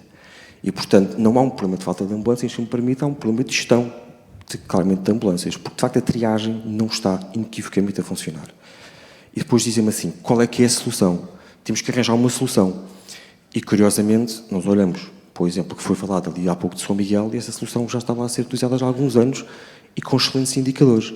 Tal qual como já foi aqui dito, a Manchester permitiu isso. Nos Açores, foi feita uma integração da linha Saúde 24 com o 112, o Serviço Regional de Bombeiros e Proteção Civil, e, portanto, a chamada cai. Primeiro a autoridade, como cai em Portugal, e depois passa para a saúde. Passando para a saúde, há feita uma triagem por parte do enfermeiro, da Manchester, aplicada ao pré-hospitalar, e mais uma vez o doente é categorizado. E pasme-se, se o doente não tiver indicação para ir ao serviço de urgência, aquele enfermeiro não só dá aconselhamento, como marca uma consulta, pode ir a seguir no centro de saúde para aquele doente. Mas, se o doente tiver que ir para uma urgência, mas não for emergente, é dito o seguinte à população: olha, você tem de facto que ir a uma urgência, mas pode esperar. Portanto, no espaço de 30 minutos, uma ambulância vai buscá-lo para levar ao hospital. E, portanto, permite a tal melhor gestão de meios que é permitida. Se de facto houver uma situação de emergência, são ativados os meios diferenciados. E, portanto, se isto já existe nos Açores, se isto nos Açores já há evidência que resulta, a mim começa-me a tirar um bocado de urticária, porque é que no Portugal continental ainda não estamos a aplicar esse mesmo sistema de triagem. E, portanto, ainda para terem noção, eu lembro-me no meu curso de triagem de terem-me dito assim: quando não souberes triar, entras por indisposição no adulto. Sabem qual é o indicador mais utilizado pela CODU? Não, porque não existe. Mas o Tetricose usa o seguinte termo: outros problemas. E, portanto, sim, temos vários problemas. Uns que vai demorar muitos anos a resolver, outros que vai demorar menos anos a resolver, mas outros que apenas estão dependentes de uma coisa, que é a vontade política. Portanto, assim haja vontade. Obrigado. Muito obrigado, muito obrigado. E obrigado pela capacidade de síntese. Foi fantástico. Walter Amorim, em representação da Ordem dos Enfermeiros. Bem-vindo. Boa tarde a todas e a todos. Desde já agradecer o convite que foi feito à Ordem para estar aqui presente. Para nós é um gosto. Como é evidente, não posso deixar de parabenizar todas e todos os presentes e, como é lógico, dizer que, efetivamente, falar de urgência para mim é um bocadinho complexo, porque eu iniciei as minhas funções numa urgência básica em 1997 e, portanto, de lá para cá, o meu percurso foi essencialmente na urgência e emergência. E, efetivamente, vivenciar este passar de décadas nestes meios, nestas organizações, respalda muito daquilo que já aqui foi dito e, essencialmente, nota-se uma clara inoperância não dos profissionais, que são chamados a dar resposta muito para além daquilo que é, por vezes, a sua capacidade, de solucionar problemas, como aqui foi já dito pelo Dr. Nelson, um pouco de uma forma inventiva, de tentar resolver aquilo que muitas vezes é irresolúvel, mas tem que se tentar e tem que se fazer. E a verdade é que os profissionais de saúde é que têm conseguido fazer com que o serviço de urgência continue a ser uma solução de resposta para as necessidades das pessoas, daquelas que efetivamente precisam de cuidados. O serviço de urgência é a porta de entrada nos hospitais, mas hoje em dia é também a porta de entrada no próprio SNS. E porquê? Como já aqui foi dito, está mais do que diagnosticado, porque efetivamente não há soluções. Se nós nos referirmos àquilo que é a temática deste palco que aqui está a discutir esta matéria, ou seja, o passado e o presente, lembre-se aquilo que foi as soluções inventivas que o decisor político foi tendo nestes últimos 20 anos. Encerramento de urgências, encerramento de diferentes serviços, encerramentos de SAPs, como também já aqui foi muito bem dito, e a verdade é que as alternativas, questiono e pergunto a qualquer um de vocês o que é que sabem destas alternativas criadas entretanto. Ou seja, a decisão foi sempre num sentido economicista, num sentido de facto, ao contrário daquilo que é a lei enquanto postulado da consciência do legislador e, portanto, do Estado onde vivemos, um Estado de Direito Democrático, que tem o seu pilar sustentáculo efetivamente no SNS, mas que de facto legisla-se de uma forma, mas depois a prática é outra completamente distinta. A Lei de Bases da Saúde diz e dispõe na primeira base que a primeira grande referência é a proteção da saúde. A proteção da saúde, seja individual, seja coletiva. Ora, encerrar serviços por uma questão meramente economicista, não criando qualquer solução, porque entendia-se que se há inoperância, ineficiência, ineficácia, Pois então, reformule-se, mas crie-se soluções. Quando efetivamente não são estruturadas soluções, a resposta é esta que temos hoje em dia. De lá para cá, todos os colegas que aqui estão, que reflitam daquilo que era a realidade antes dessa intervenção e aquela que é hoje nos serviços de urgência. Hoje temos uma procura absolutamente fora do comum, temos efetivamente também uma situação que é a acessibilidade pura e dura, que assenta naquilo que é a vontade do cidadão de aceder ao sistema. Temos efetivamente também falta de soluções, indiscutivelmente, e principalmente, e que é um problema basilar, é que quem não tem outras soluções ou outros recursos, em particular financeiros, terá que aceder obrigatoriamente ao sistema e esse acesso é indiscutivelmente a urgência. E depois temos aquilo que é a realidade concreta dos serviços de urgência nos dias de hoje. Superlotados, utentes distribuídos em tudo que é áreas e espaços, acomodados da forma como nós sabemos, em macas, no chão e noutras situações, que de facto diariamente são vivenciadas e experienciadas por qualquer um de vocês. Temos também o problema de que de facto os profissionais não se esticam, nós não temos médicos e enfermeiros disponíveis para dar resposta a todas estas necessidades, os serviços estão claramente sob pressão, em stress, com profissionais cansados, em burnout. De facto, não há milagres. Não há milagres. E o problema é que o decisor político tem que, de uma vez por todas, perceber que, se quer que existam cuidados de saúde com qualidade, com segurança, tem ele mesmo que decidir. O Dr. Nelson e outros aqui presentes já falaram que há 20 anos isto é assunto, pois há 20 anos nada tem sido feito. É fundamental, e de uma vez por todas, ser assumido pelo decisor político, que nós daqui a 20 anos não estaremos novamente a discutir isto nestas mesmas situações e nos mesmos moldes. Tem que efetivamente ser algo feito. E também, para que isso aconteça, é fundamental que todos os profissionais de saúde, indistintamente da classe ou profissão, mas também o cidadão, sejam mais exigentes, exijam efetivamente que alguma coisa seja feita. Não pode deixar-se no decisor político que ele tenha tempo ou disponibilidade para, de facto, reconhecer aquilo que são as evidências, reconhecer, de facto, os problemas que são diários, estão mais do que perceptíveis e conhecidos, mas que, efetivamente, não têm nenhuma resolução. Os próprios conselhos de administração, nas unidades hospitalares, têm que eles mesmos entender estes problemas de uma ou outra forma. Ou seja, eles mesmos têm que ser, de facto, proativos na resolução do problema. E não deixar andar, como muitas vezes dá ou fica-se com a sensação de que acontece. Portanto, é fundamental que todos os stakeholders, todos os intervenientes, sejam chamados à discussão e, como é evidente, não é despiciente o setor social. Aliás, em Portugal, esta separação entre a saúde, o que é da saúde, o setor social, do que é do setor social, e depois, de facto, não haver capacidade no setor social para dar a devida resposta às necessidades das pessoas que, estando a usufruir de cuidados sociais, também e grandemente hoje em dia carecem de cuidados de saúde, e depois não têm as devidas respostas exatamente nesse setor e têm que ir para onde?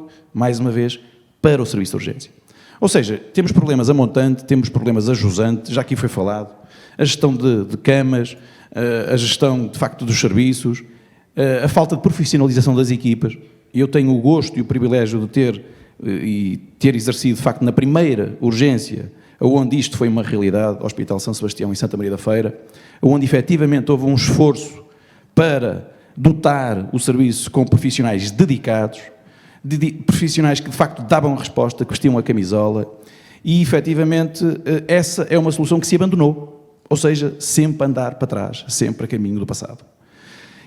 Estas temáticas, nós estamos aqui a discutir aquilo que já todos conhecemos, na minha ótica, só temos uma solução, é efetivamente percebermos o que é que podemos fazer para melhorar. O que é que podemos fazer dentro daquilo que são as nossas possibilidades para melhorar. E aquilo que eu acho que é fundamental acontecer é que os profissionais, médicos e enfermeiros, deixem de sofrer como sofrem, não só naquilo que são as suas condições de trabalho, mas também no sofrimento ético e deontológico que todos os dias vão padecendo nestes serviços, desde logo com aquilo que é a realidade concreta de prestar cuidados sem condições, mas também de lhes ser exigido e neles recair o ónus de terem que dar resposta àquilo que mais ninguém no sistema se preocupa em fazer.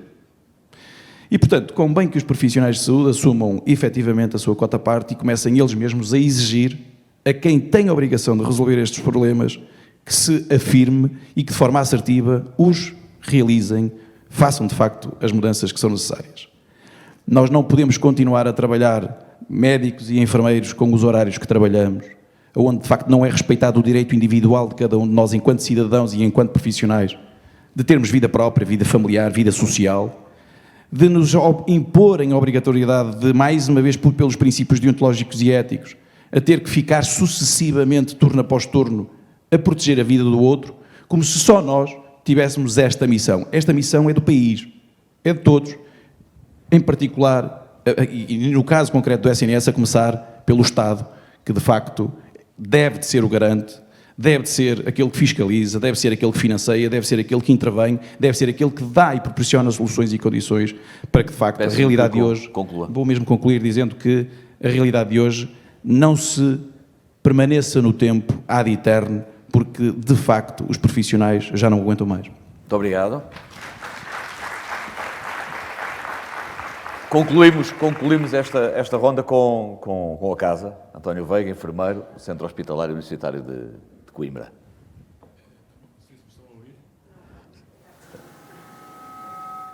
Agora talvez. Muito bem. Primeiro, agradecer à Comissão Organizadora pelo convite e já a seguir explico porquê. Agradecer também aos sancionadores porque eles efetivamente facilitaram a vida, porque já disseram tudo o que havia a dizer, o meu papel está facilitado, só fazer alguns sublinhados. Até na mesa anterior ouvimos falar do diagnóstico da situação dos serviços de urgência. A enfermeira Áurea fez aquilo muito bem, até prescreveu o tratamento, só falta mesmo o enfermeiro para o implementar. Deve ser o enfermeiro que falta, porque é sempre o enfermeiro muito culpado disto. Não deixando de seguir também a triagem de Manchester, que eu também gosto muito de falar da triagem de Manchester, a dor é o discriminador mais utilizado em todos os fluxogramas, todos os doentes que vão ao serviço de urgência. E eu faço o paralelismo, é como o doente que chega à urgência com dor, o médico prescreve analgésico, só que o enfermeiro não lhe deu a medicação, portanto, este problema vai se manter. O nosso problema mesmo é implementar as soluções que são conhecidas, mas que não há vontade política, não há outra vontade. Essa parte eu já não consigo dizer. E como alguém diz que o futuro é aquilo que começamos a fazer hoje, portanto, se não começarmos a trabalhar nisso hoje, daqui a 20 anos, quando toda a gente disse, estaremos igual. E eu estava-me aqui a rir um bocadinho, porque eles diziam que são velhos 20 anos, eu estou lá há 34 anos, e há 34 anos que isto já é assim. Portanto, o velhinho sou eu, como costumo dizer, e não eles. Tive o privilégio de trabalhar com o Dr. Manuel Almeida, mas antes disso, em urgências com outras estruturas físicas, mas os problemas eram os mesmos. Não só o número de doentes que vão à urgência, mas também depois a dificuldade em escoar com o internamento. Portanto, nós estamos no meio, portanto, somos a parte de dentro da sanduíche que está sempre ali apertadinha, portanto, e com dificuldades. Isto, ao fim destes anos todos, isto não se resolveu, também há um grande problema. As pessoas habituaram-se a ir à urgência, é um problema cultural, e é preciso um grande investimento na educação para que as pessoas não deixem de lá ir, mas tendo outras respostas, como aqui também já foi dito. E, além disto, eu não tinha mais nada a referir. Não esquecer aqui que, efetivamente, a grande equipa dos serviços de urgência que não tem médicos dedicados, e que são, a maior parte delas são os enfermeiros que lá estão. Mas estamos a esquecer de um outro grupo profissional, que também é uma equipa de serviços de urgência, que são os assistentes operacionais, que também sofrem eles muito com esta problemática. Mais do que quem vai fazer urgência, mas só fazer este sublinhado para não deixar isto aqui por dizer. E agradecer, até porque facilitei o tempo ali ao meu moderador, e a hora já vai avançada. Muito obrigado, muito obrigado. É a gentileza doméstica para acelerar o relógio. Nós estamos mesmo muito para lá do limite, mas ainda assim dentro dos limites da circunstância, porque começámos com muito mais atraso. Sendo assim, e porque começámos com muito mais atraso, ainda temos aqui algum período, mas isto temos de ser mesmo implacáveis. Não é com perguntas que venham da plateia, é com algumas reações da mesa. Se quiserem ter algumas reações em relação àquilo que foram ouvindo, vamos dar aqui 3 minutos para reações, se entenderem que faz sentido. Porque já vi aqui que há um sinal, há alguém que duas reações, três reações e são 3 minutos. É 1 minuto por reação, foram os primeiros que se manifestaram. Por favor. Quem é o primeiro? Eu também estou na casa, eu também sou da casa, que ao contrário do que estavam a dizer, que eu também sou funcionário do hospital, portanto. Muito rapidamente, eu creio que nós não podemos dizer que nada foi feito. Foi muito feito. Nós tivemos, os SAPs foram encerrados porque se acreditava que a reforma dos cuidados primários podiam resolver. Nós chegamos agora à conclusão, não resolveu. Falhou. Mas eu acredito que as pessoas tomaram a decisão com bondade. A questão da reorganização das urgências funcionou. A decisão de não organizar a urgência metropolitana de Lisboa é uma decisão. Decidiu-se não reorganizá-la. A do Porto foi reorganizada. A concentração dos serviços de maternidade, que hoje vemos muitos serviços de obstetrícia a encerrar, ou de pediatria, porque não quiseram reorganizar as redes específicas. Nós não temos profissionais hoje dedicados nas urgências, porque se tomou uma opção de não ter e optar-se nas prestações de serviço. Portanto, tomaram-se decisões. Tomaram-se muitas decisões. O que nós temos que chegar agora à conclusão, e acho que é comum a todos, é que foram decisões erradas. Não é possível manter remunerações idênticas para alguém que trabalha numa urgência para alguém que trabalha num centro de saúde. Não é viável, não é aceitável. E isto tem que ser considerado quando se vai fazer as negociações, atualmente, das carreiras que estão a ser revistas.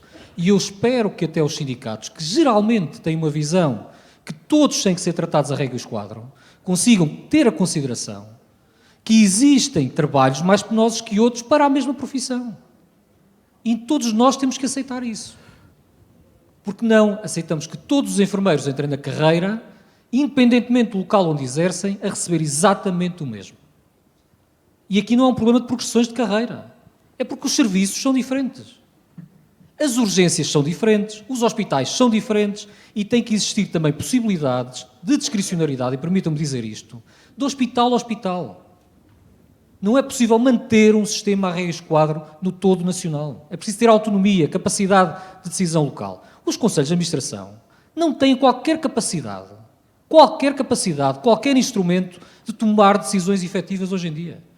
Não têm capacidade. Muito obrigado. Obrigado. Já aí ao lado pode reagir também.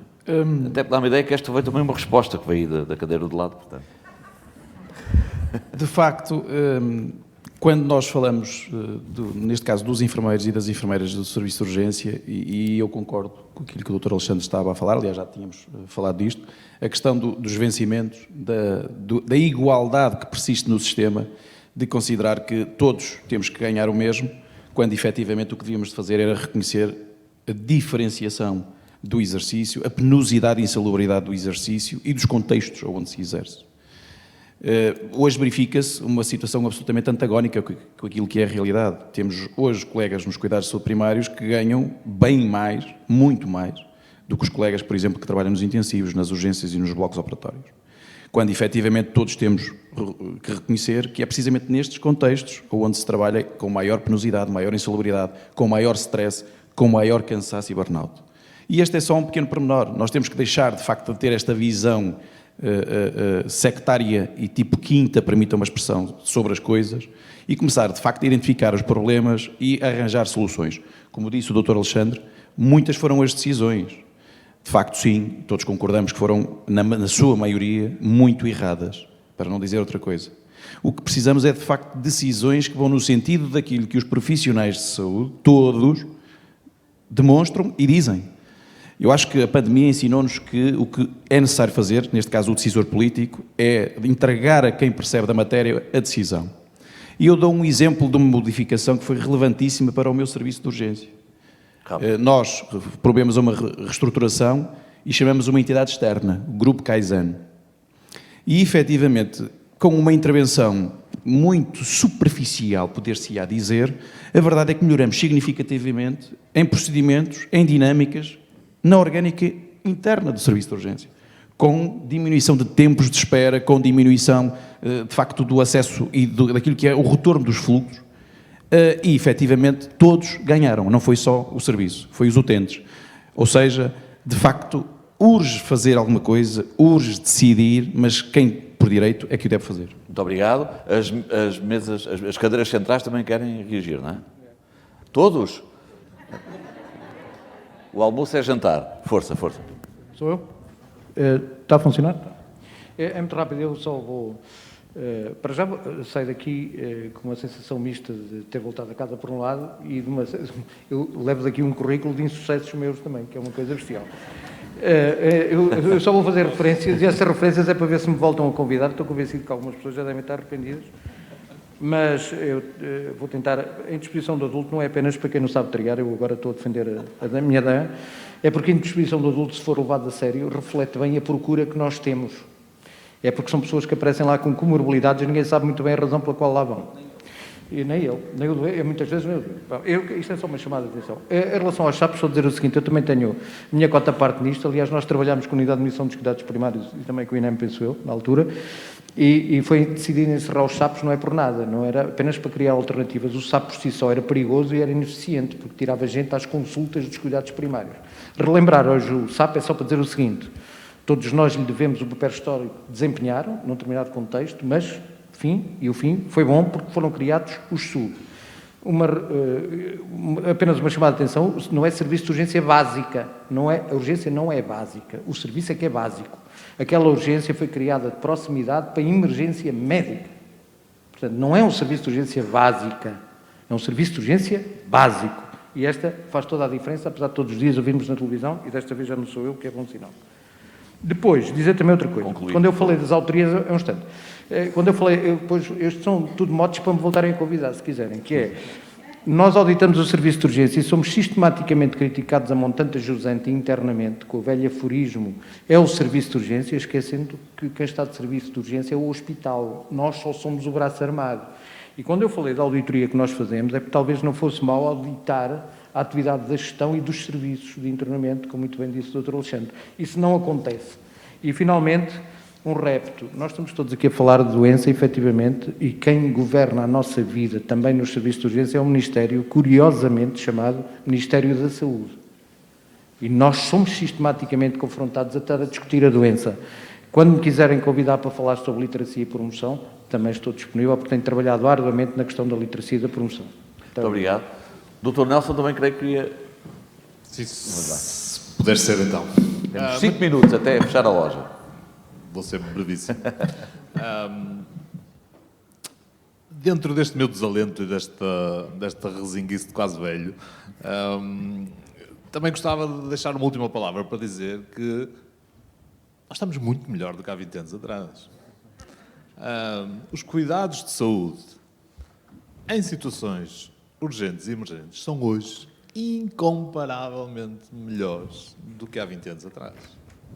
Eu, em 2003, março de 2003, entrei no INEM. Na região norte, só havia INEM numa pequena parte do distrito do Porto. Em toda a região norte. Portanto, em Bragança, se alguém tivesse qualquer destas doenças comezinhas de que agora temos, que é um infarto agudo de miocárdio, ou um acidente vascular cerebral, ou uma sepsis na consequência de uma pélonefrite obstrutiva, morria-se com a maior das naturalidades. E, portanto, hoje estamos muito, muito melhor. E essa é uma nota que devemos deixar também de otimismo nesse sentido. Não é só insucessos. Mas a verdade é que hoje somos muito mais exigentes. Nós, há 20 anos atrás, tínhamos um acidente vascular cerebral, era uma cerebral média que estava entupida, ia para a enfermaria, ia para casa e morria, ou então ficava longos meses sem qualquer tipo de reabilitação. Hoje, esta noite, que eu saí de 24 horas, a tal cerebral média fez trombectomia e recuperou. Estamos num nível de exigência completamente diferente. E os serviços de urgência também têm um nível de exigência também completamente diferente. O trabalho hoje, para cada doente num serviço de urgência, é muito mais complexo, é muito mais demorado, é muito mais exigente. E daí a necessidade também da organização da rede e dos serviços em si mesmo irem para o outro patamar. E é essa necessidade de passar a outro patamar que justifica esta nossa permanente luta para que se consigam novas formas de organização. 2 ou 3 notas. Falava-se que há vezes doentes que não têm situações urgentes, depois têm muitos exames nos serviços de urgência. Porquê? Porque as pessoas, os médicos que os veem, não têm qualificação suficiente para tomar decisões sem os tais exames. Vamos dar sempre ao mesmo problema. Uma nota final para dizer que, a propósito de questões do pré-hospitalar e dos enfermeiros, também acho que os enfermeiros podem ter um papel mais importante no pré-hospitalar. Em 2007, os enfermeiros entraram no Escodup pela minha mão. Saíram depois, acho que foi um erro. Não estou a defender necessariamente a solução que aqui foi defendida, mas acho que o enfermeiro tem mais papel no sistema pré-hospitalar.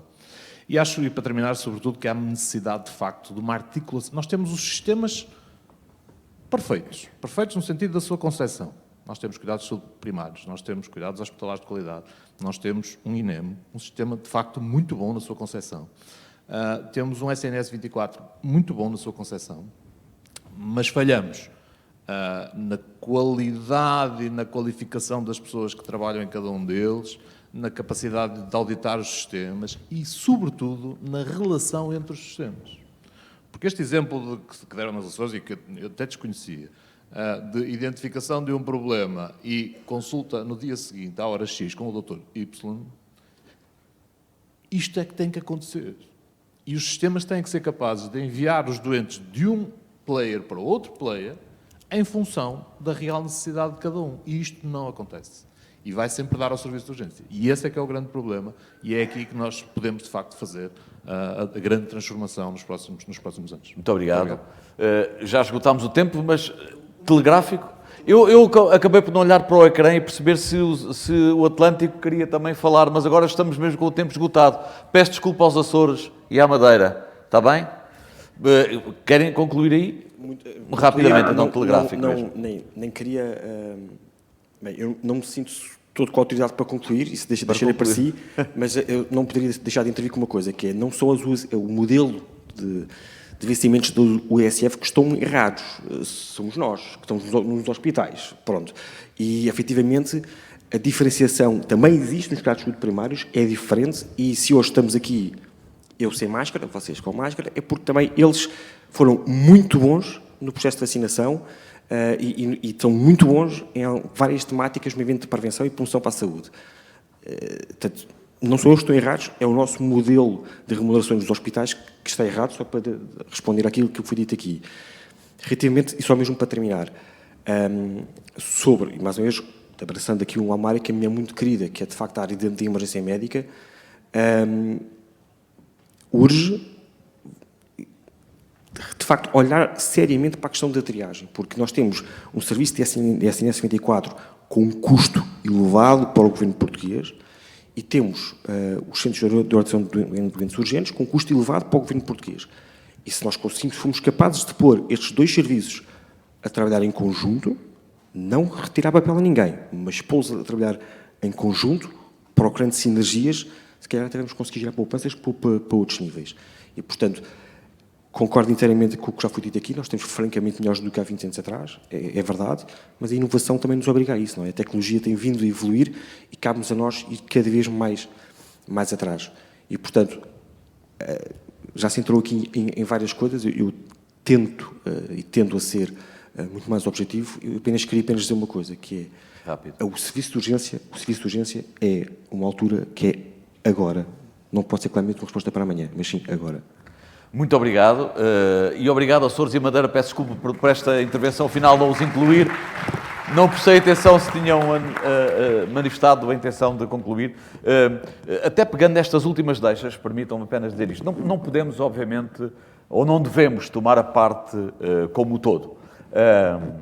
Sabemos que os relatos mediáticos e muito do que é a opinião pública e até a opinião técnica resulta também muito dos retratos mediáticos que são, por si só, seletivos. E estou mais ou menos à vontade, não é a mesa para isso, mas estou mais ou menos à vontade para dizer que são essencialmente seletivos, correspondem a incidências, sempre com a expectativa, o jornalista assim o faz, na maioria dos casos, de fazer com que essas incidências sejam depois, digamos que, ilustrações do geral.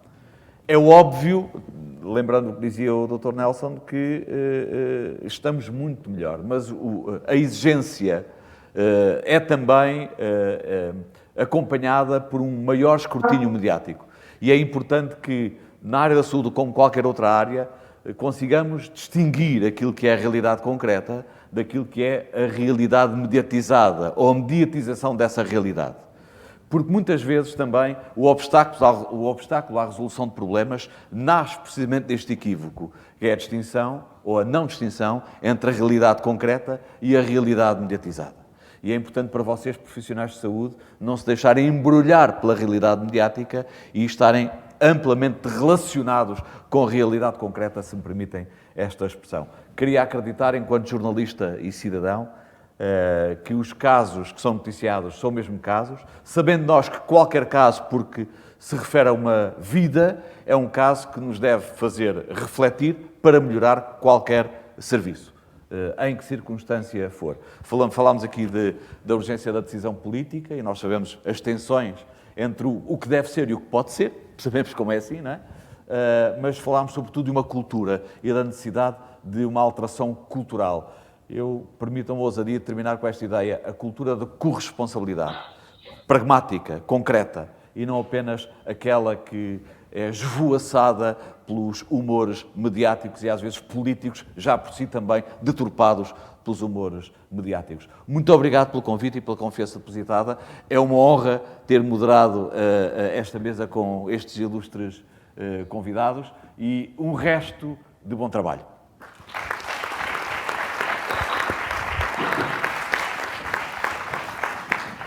Muito obrigada a todos pelas vossas excelentes intervenções. Com certeza que isto era um tema que daria para a tarde toda, mas vamos ter que fazer uma pausa para almoço.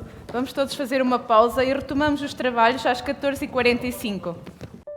A esperança é um sentimento poderoso que nos move, que alimenta a nossa determinação, que nos faz dizer sim quando normalmente diríamos não e que nos permite sonhar sobre mudar o mundo, sobre fazer a diferença.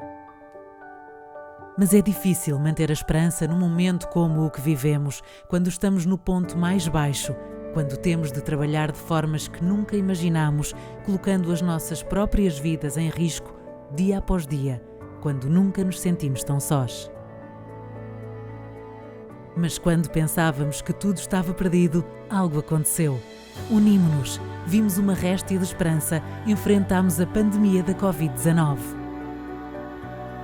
Começámos a acreditar que um dia, juntos, podemos vencê-la e foi isso que nos motivou na Gilead. Juntarmo-nos a esta luta e permitir que o maior número de doentes possível possa regressar para junto das suas famílias, onde pertencem.